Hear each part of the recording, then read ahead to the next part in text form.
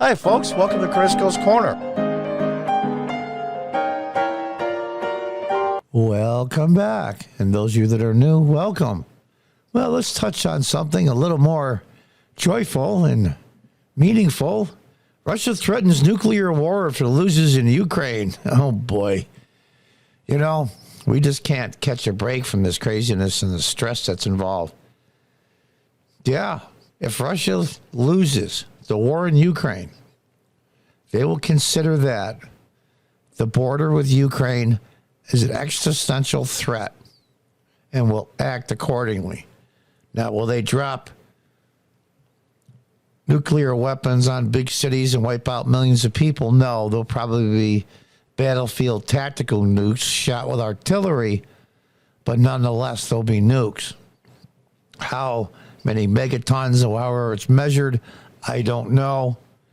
But don't think for a minute that if they're not backed into a corner, that they won't do it. Look at Russian history since, we'll say since Napoleon, the early 1800s. Russia has been invaded and tens of millions of its people have died. World War I, World War II, Napoleon, the list is endless. So here we are. I don't know. Let's read on. A Kremlin insider warned Thursday that Russia could start a nuclear war if it loses conventional war in Ukraine. Dmitry Medvedev, deputy head of Russia's Security Council and a close ally of Vladimir Putin, made the threat in a post on a Telegram messaging app. Now, don't think for a minute he wouldn't make that warning without Putin's okay. The loss by nuclear power in a conventional war can provoke the outbreak of a nuclear war.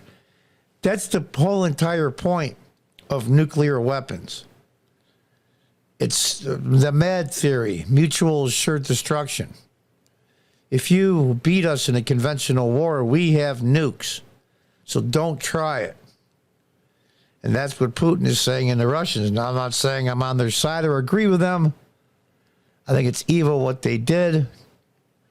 But the Russian paranoia runs deep historically. We just went through a bunch of examples. But Dave wrote in a post criticizing Western powers ahead of a Friday meeting in Germany to discuss further military support for Ukraine. Now, come on. The United States has given 95% support that Ukraine is getting. What about NATO? All those billions we paid.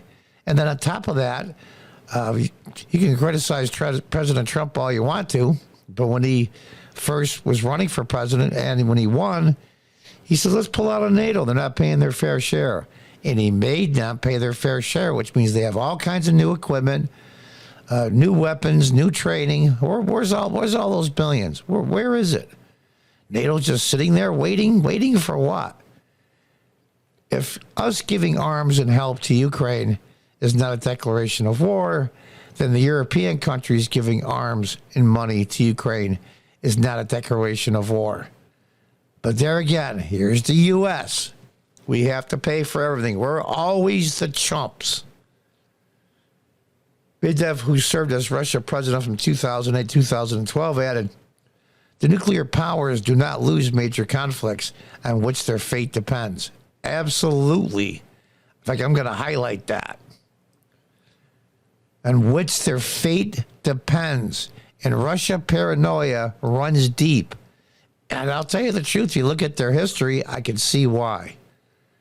Dozens of Ukraine's allies are set to meet Friday in Ramstein Air Base in Germany to discuss the next round of military aid to Ukraine.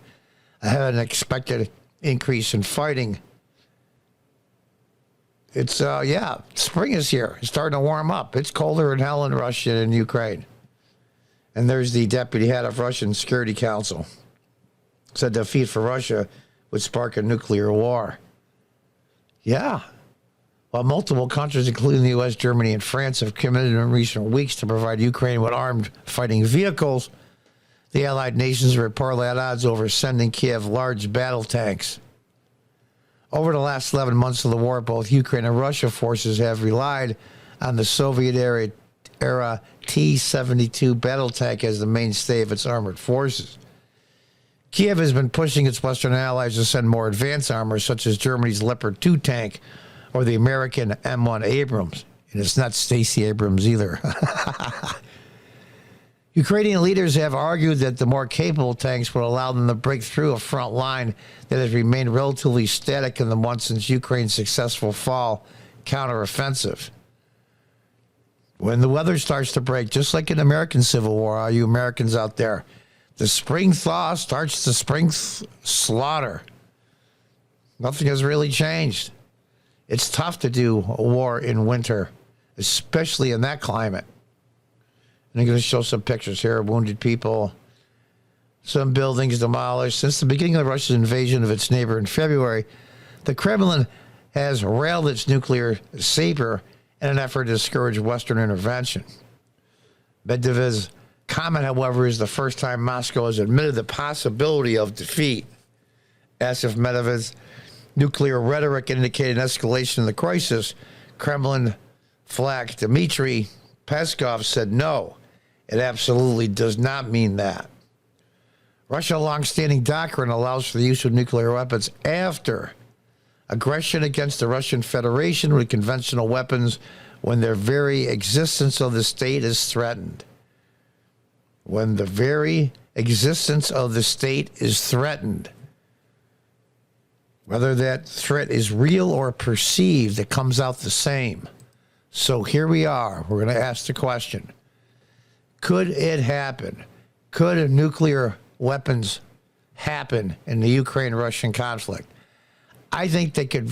I put the chances at 50-50 with a small tactical battlefield nukes, not the big city-leveling nuclear bombs. These are small nukes to hit military targets, infrastructure targets, nowhere near the capability of the long-range ICBMs or anything like that. And we all have them. NATO has them too. The United States has them. They're all on artillery guns. They can send them several miles. They don't have to come from the high up like an ICBM does. These are battlefield nukes. I put the chances, I say 50-50. They're probably a little bit less. I'll be nice and say 40% chance. It's all going to depend if the Russians get pushed back to their border. If they start getting pushed back in the spring and summer offensives, they will use them, make no mistake. So there is, folks, a little lighthearted news for the day. Oh, man, I'll tell you what, when it rains, it pours. Until the next time, goodbye and good luck.